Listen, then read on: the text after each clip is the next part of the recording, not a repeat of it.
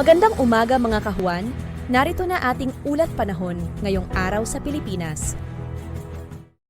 Magandang umaga, narito ang update ukol sa maging lagay ng ating panahon.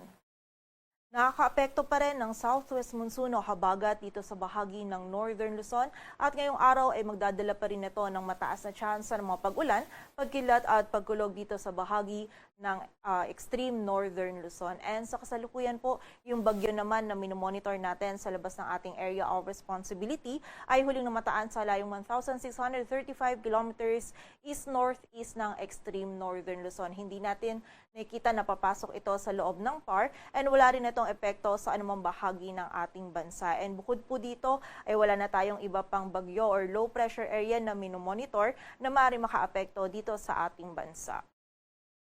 At para nga sa magiging lagay ng panahon ngayong araw ng Sabado, magiging maulap pa rin po yung kalangitan at mataas pa rin yung tsansa ng mga pag-ulan, pagkilat at pagkulog dito sa bahagi ng Batanes, dulot ito ng habagat. Most likely, mga light to moderate yung mararanasan natin ng mga pag-ulan at pagsapit po ng hapon at gabi ay posible pa rin yung mga malalakas na buhos ng mga pag-ulan, kaya pag-iingat pa rin po sa posibilidad ng mga pagbaha at pagguho ng lupa. Samantala, dito naman sa nalalabing bahagi ng Luzon kasama na dyan ng Metro Manila ay patuloy pa rin magiging bahagyang maulap hanggang sa maulap yung ating kalangitan. May mararanasan pa rin po tayo ay may posibilidad pa rin ng mga isolated na mga pag-ulan, pagkilat at pagkulog lalong-lalo na dito sa area ng Ilocos provinces. Dulot pa rin po ito ng habagat. Kaya muli po, pag-iingat pa rin sa posibilidad ng mga pagbaha at pagguho ng lupa. And kapag tayo ay lalabas, ay huwag pa rin natin kalilimutan yung mga pananggalang natin dito sa mga pag-ulan na ito.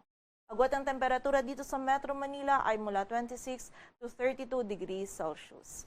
Samantala dito naman sa area ng Palawan, maging sa buong bahagi ng Visayas at Mindanao, patuloy din po magiging bahagyang maulap hanggang sa maulap yung ating kalangitan. Meron pa rin tayong mararanasan ng mga isolated o yung mga biglaang pag-ulan, pagkilat at pagkulog dulot ito ng mga localized thunderstorms. And during severe thunderstorms, posible pa rin po yung mga katamtaman hanggang sa mga malalakas na pag-ulan na maaari pa rin magdulot ng mga pagbaha at pagguho ng lupa.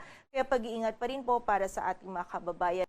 Agwat ang temperatura sa Cebu ay mula 27 to 33 degrees Celsius at sa Davao naman ay 26 to 33 degrees Celsius.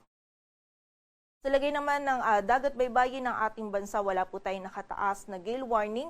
Ngunit iba yung pag-iingat pa rin sa mga kababayan natin na maglalayag dito sa area ng extreme northern Luzon dahil magiging katamtaman hanggang sa maalon pa rin po yung lagay ng ating karagatan.